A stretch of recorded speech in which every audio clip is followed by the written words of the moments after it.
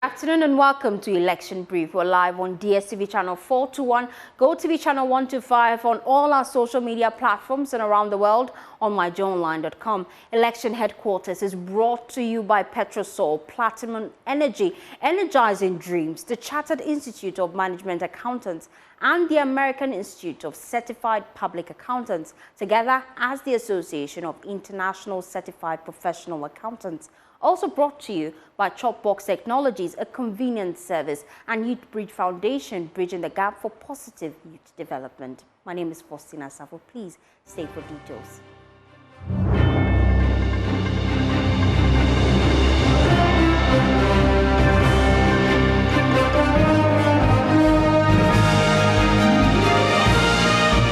Thanks for choosing us. Now, newly appointed Executive Director of the West African Network for Peace Building, Lavinia Adai-Mensah, is urging stakeholders to address concerns causing the NDC to reconsider signing a peace declaration ahead of the December election.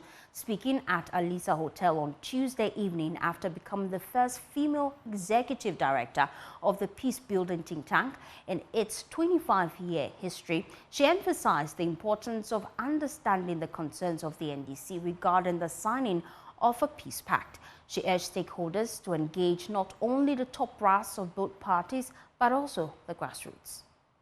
The West Africa Network for Peace Building, WANEP, is a leading regional peace-building organization founded in 1998 in response to civil wars that plagued West Africa in the 1990s. WANEP places special focus on collaborative approaches to conflict prevention and peace building, working with diverse actors from civil society, government, intergovernmental bodies, and more. Speaking at the handing over ceremony, former Executive Director Chukwumeka Egze said he was proud of what the organization achieved during his tenure. He is optimistic the new Executive Director will take the organization to another height. It is also significant and historic to add that for the first time of the existence of WANEP, we welcome a female Executive Director.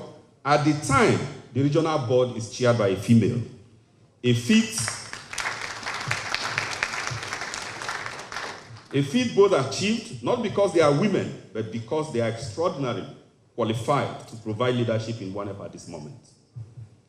In 2022, WANEP unveiled its Research and Documentation Center, ushering us to the next generation era of peace-building practice. In 2003, WANEP instituted the innovative Youth Transformational Empowerment and Mentoring Program to groom a new generation of youth peace builders capable of driving transformational changes and sustainable peace in their communities. Lavinia Adai-Mensah becomes the first female director of WANEP in its 25-year history. She says the future is bright for WANEP. Today, as I accept to assume the role of Executive Director, I am acutely aware of the legacies of my predecessors. This task is truly daunting, but I am motivated by the opportunities for new learning and self-discovery that this new season offers. I am encouraged by the strong foundations laid by my predecessors. In an interview with Joy News, she said it's important to understand the concerns of the NDC regarding the signing of a peace pact, urging stakeholders not to only engage the top brass of both parties, but the grassroots too. I believe that there were things that were done in 2020 and previous years that got them to sign the peace pact. And I think there must have been a certain level of belief in the value of that peace pact. I'm not sure that it's completely eroded.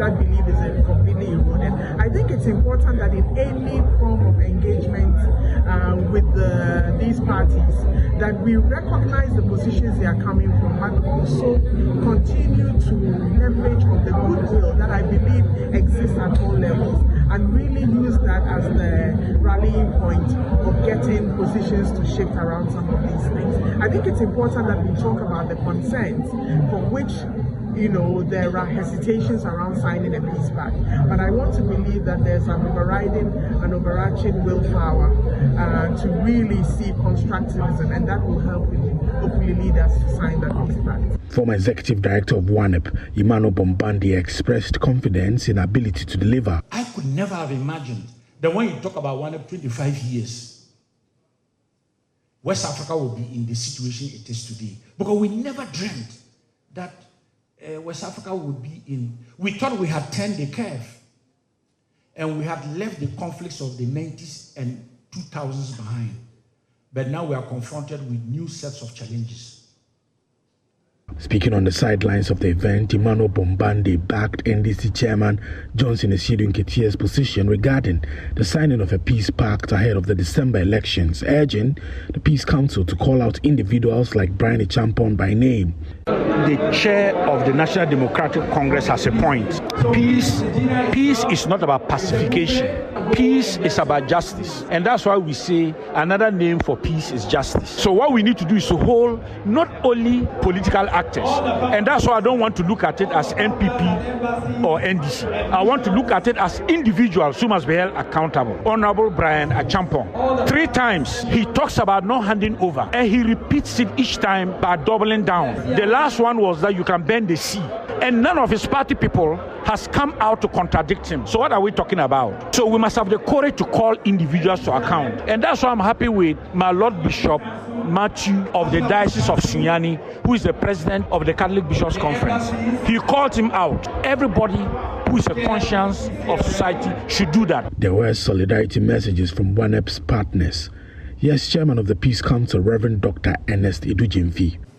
He shared with us in our post-election review, in a post-election conference. And from that time up to now, we have worked closely. And I want to say on behalf of the National Peace Council, we're very grateful for the contribution that you've made to the work that we do to make our country peaceful. May the Lord bless you in your new journey and prosper you as you go along. Thank you very much. Well, the National Democratic Congress is resisting attempts by the Peace Council to get the leadership of the party to commit to signing the peace pact ahead of the 2024 general election. The party's chairman, Johnson Nketiah, during a meeting with the Peace Council, tabled 6 demands that must be met before the party commits to signing the pact. And that is coming up on your screen shortly. Well, first demand, they want the full implementation of the investigations into the Ayawaso West Wuogon by-election. That recommendation was made by the Justice Emil Short Commission. They were tasked to investigate the by-election violence, and they want full implementation of that recommendation. Let's look at their next demand.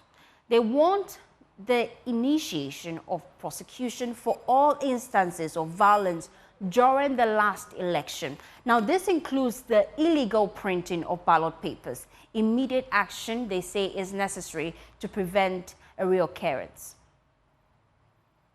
Now, they go on to say the case of the missing IT equipment of the EC's warehouse must be thoroughly investigated.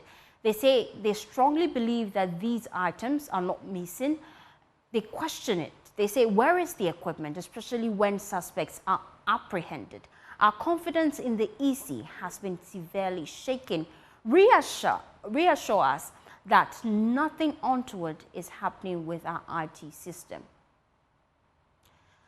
They say we have raised concerns about the appointments to the EC supported by evidence that these individuals are aligned with the NPP. Despite our objections, they remain at the EC. Number 5, they say they want the president to publicly declare that he will respect the outcome of the 2024 general elections. And finally, they say they expect the IGP, the Chief Justice, the Attorney General, and the National Security Coordinator to sign the peace pact before they endorse the document. Well, thankfully, we have the General Secretary of the NDC, Mustapha Gbande, joining us as we try to get a better understanding of the party demands. Mustapha, thank you for your time here on Election Brief. Now, looking at your party's 6-point demands, these are demands you could have made before now, especially with the first demand, the Ayawaso by-election violence, the Emil Short investigation, the findings. You could have pushed for this before now. We have less than 4 months to the election. Why now?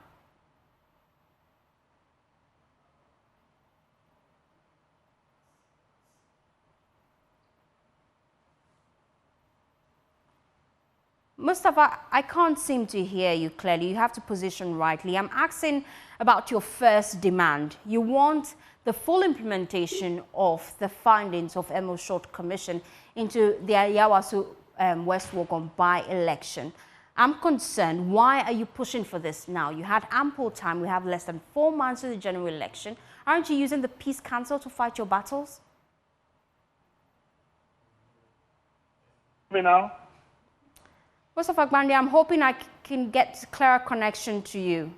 Can you hear me now? I can hear you loud and clear now. I want to find out why you're pushing for these demands at this time. The NDC have not pushed for a peace accord. It is the Peace Council that is pushing for a peace accord. We haven't said because that. We have stated very clear that if we don't get elected, it might be. The Electoral Commission is pushing all of us to do. And if you downplay the functions of state and what they are supposed to be doing, and you organize tea parties for people to be signatures on paper, I mean, I don't see how that impacts and prevents where we are all heading to. Because you have institutions that are not doing its work. People have been killed.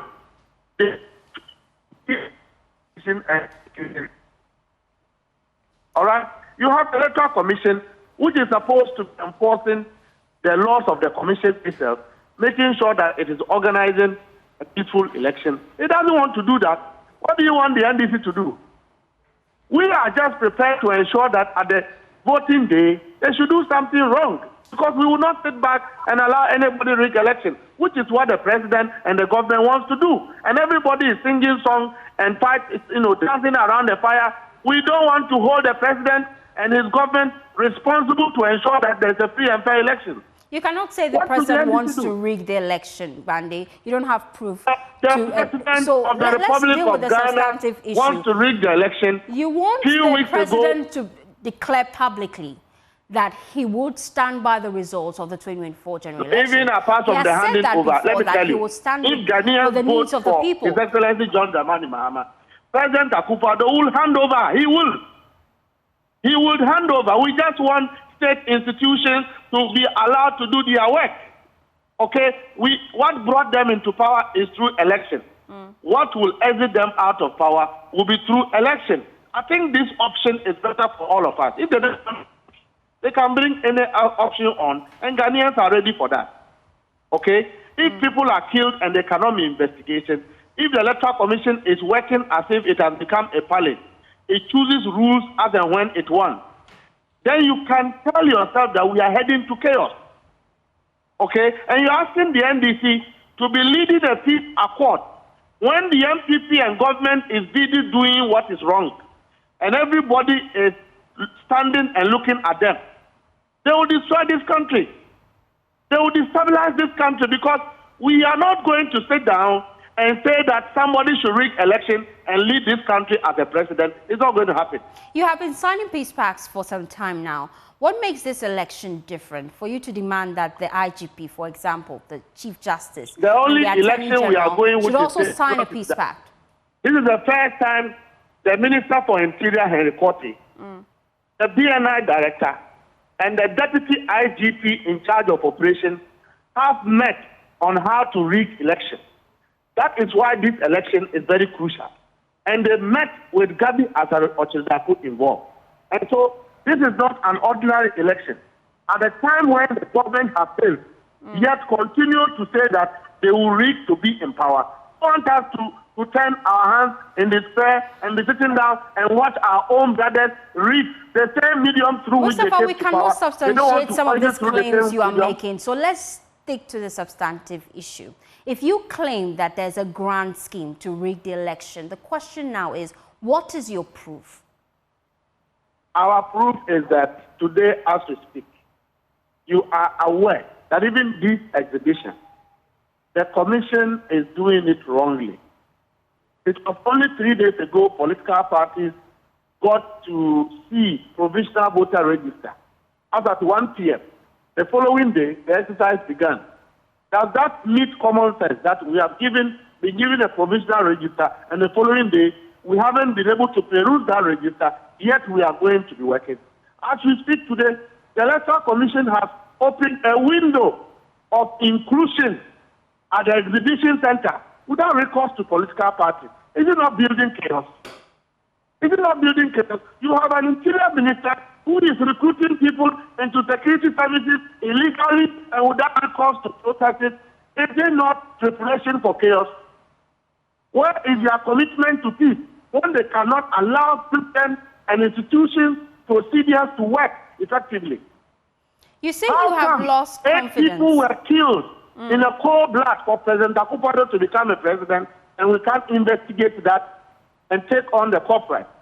Please, Mustapha, please, let's make progress. We cannot stand by some of the comments you're making, so let's make progress. Now, you say you have lost confidence in the Electoral Commission. The Electoral Commission that is responsible for running the election, that the NDC believes that they would win.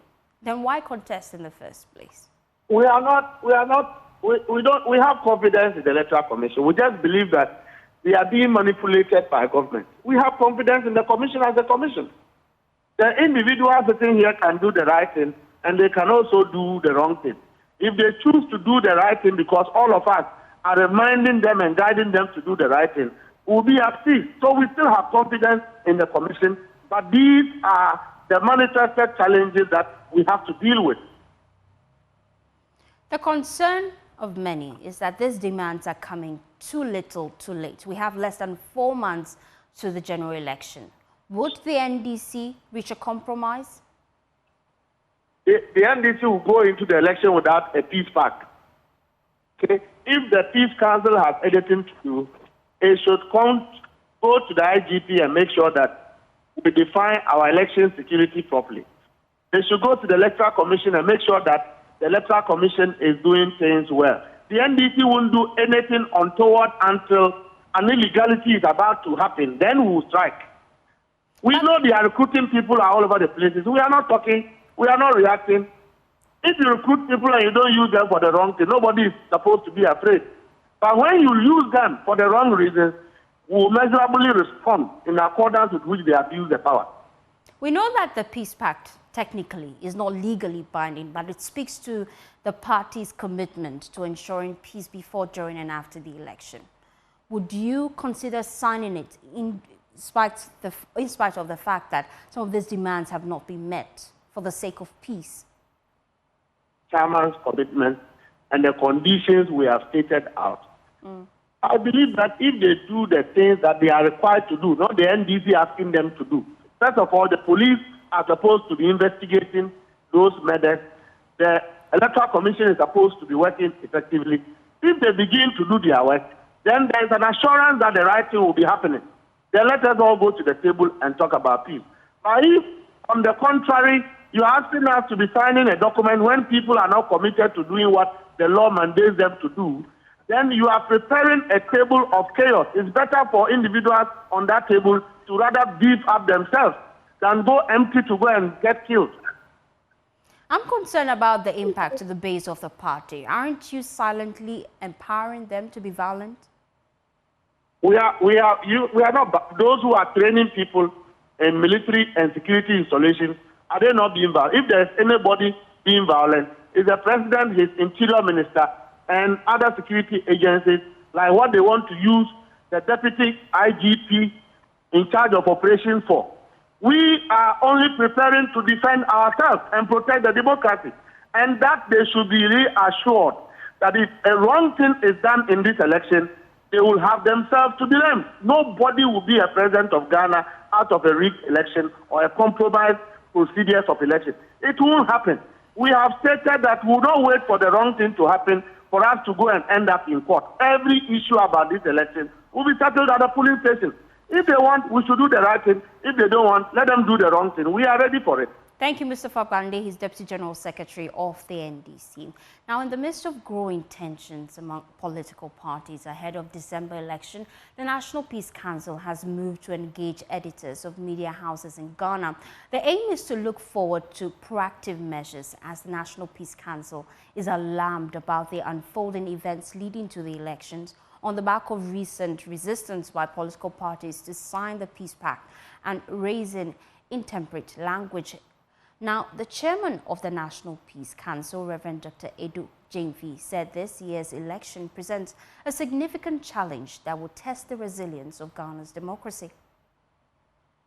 Some people keep telling us there cannot be peace when there is no justice, expecting the Peace Council to take on the role of cases that are even in the courts. Again, Act 818 does not give the Peace Council the power to prosecute anybody. Others have asked the Council, why are you not calling the executive to order? Forgetting that there are institutions like Parliament, the Council of State, and civil society organizations who have roles to play in that regard. The National Peace Council, therefore, is presumed by a section of Ghanaians to have powers above every institution in this country, and therefore should be able to pronounce on every matter. Unfortunately, that is not the case. Our mandate is to mediate through dialogue. We only have our mouth and nothing else, unless Act 818 is amended. We have therefore gathered those of you present here who control the information and media houses to put into the public media houses and put information in the public domain to first be adequately informed so that we can help your organizations and our organizations to function effectively within the space we occupy and educate the general public appropriately to sustain the peace we are all enjoying. Hate speech, misinformation, and disinformation has become widespread in recent times, particularly with the online news platforms and on social media. As we gear up for this year's election, the need to tackle the spread of false information and manipulative narratives has never been more pressing. And this is where editors, you are mostly needed to manage the information that gets to the public domain. Misinformation has become a weapon in the world of politics, capable of influencing public opinion and potentially swaying election outcomes, but they can also lead to war. The 2020 elections were no exception, as false narratives and misleading content spread like wildfire. The consequences of these actions cannot be underestimated. One of the most significant impacts of misinformation on the election process is the erosion of trust in the democratic system. When voters are bombarded with false information, it becomes increasingly difficult for them to make informed decisions. This undermines the very foundation of democracy and leaves voters feeling disillusioned and manipulated. On the part of the Ghana Journalists Association, media practitioners owe it a duty to exhibit professionalism in their line of work, especially at the peak of this election. Linda Asante J is Vice Chair of the Ghana Journalists Association. Not also a sole endeavor. It requires a collective effort from all of us as media practitioners, especially us as gatekeepers. Civil society organizations, political leaders, and citizens. We must work together to create an enabling environment for peaceful elections. Now to my fellow gatekeepers here present, I will urge you to prioritize fact-based reporting and verifiable sources. Let us rigorously fact-check and debunk all misinformation, malinformation, and whatever it is as a nation approaches election 2024. Well, the second day of the voter exhibition exercise continues to record dwindling turnout at various polling centers in the Ashanti region. Some potential voters who are yet to confirm their details cite their reluctance to political apathy. Emmanuel Braikweko has more from the Ashanti region. Unfortunately, yesterday there was a slow start, and then we are hoping that as the days go by, the numbers increase. That's according to the Electoral Commission. But I'll quickly interact with this EC official here to find out from her what so far she's been able to record since this exercise actually began. Good morning. So now you've been here. Yesterday was the first day. I want to understand, how was it for you yesterday? Yesterday, it was normal. People were not coming back. It's cool. Yesterday, people weren't coming. So the entire day, how many numbers do you get? 7. 7 out of 288. 288. So, and then the age bracket, do you have any idea? The age, that from 22 to, I think, 20, from, it starts from 30 to the 60 column. Okay. Those are coming. So meaning the younger ones are not coming? No. But for today, how many numbers have you had so far since morning? Today, 5. 5. At least it's better than yesterday, oh? Yeah, in the morning, yeah, it's better than yesterday. Yesterday, around this time, how many had come? Around this time, I think 3. Sure. Thank you very much for your time. And so that's an EC official telling me about the situation here at the Mensha South constituency. It's just one of the polling stations here. But we'll quickly interact with some of the locals who are here to find out what really is the challenge as to why they are not coming around to vote or to check their details, whether they are rightly captured into this particular voter album. Pacho, good morning. Good morning. Pacho, now do you need Me did Andy. Andy. Pacho, now what check you din ana? Me nyan check. Adentia. Oh. Enye bibi about some starting Monday, every Friday. But roughly from Monday to Friday, any dem say I me check. But you see the me nyan check. Okay. What check is all the better about now? Reason tell them. Oh, me check some the better. Do hon with the asa ban meto mento, but me check who say me din wom. Anase me din. Pacho, me that's it. All right, so and so that's somebody I have been interacting with. He is telling me, well, he hasn't gone to vote, check his details in the voter album, but he will be doing so. But he does not understand why the short code that has been used for easy access to check some of these things is being, there is a toll on this checking. So he's hoping that they can do something about it to maybe take it off or reduce the amounts. Mano Brad Quick with all the way from Kumasi. Well, that's how we wrap up election brief. For more news, please log on to myjournalline.com. My name is Faustina Safo. Good afternoon.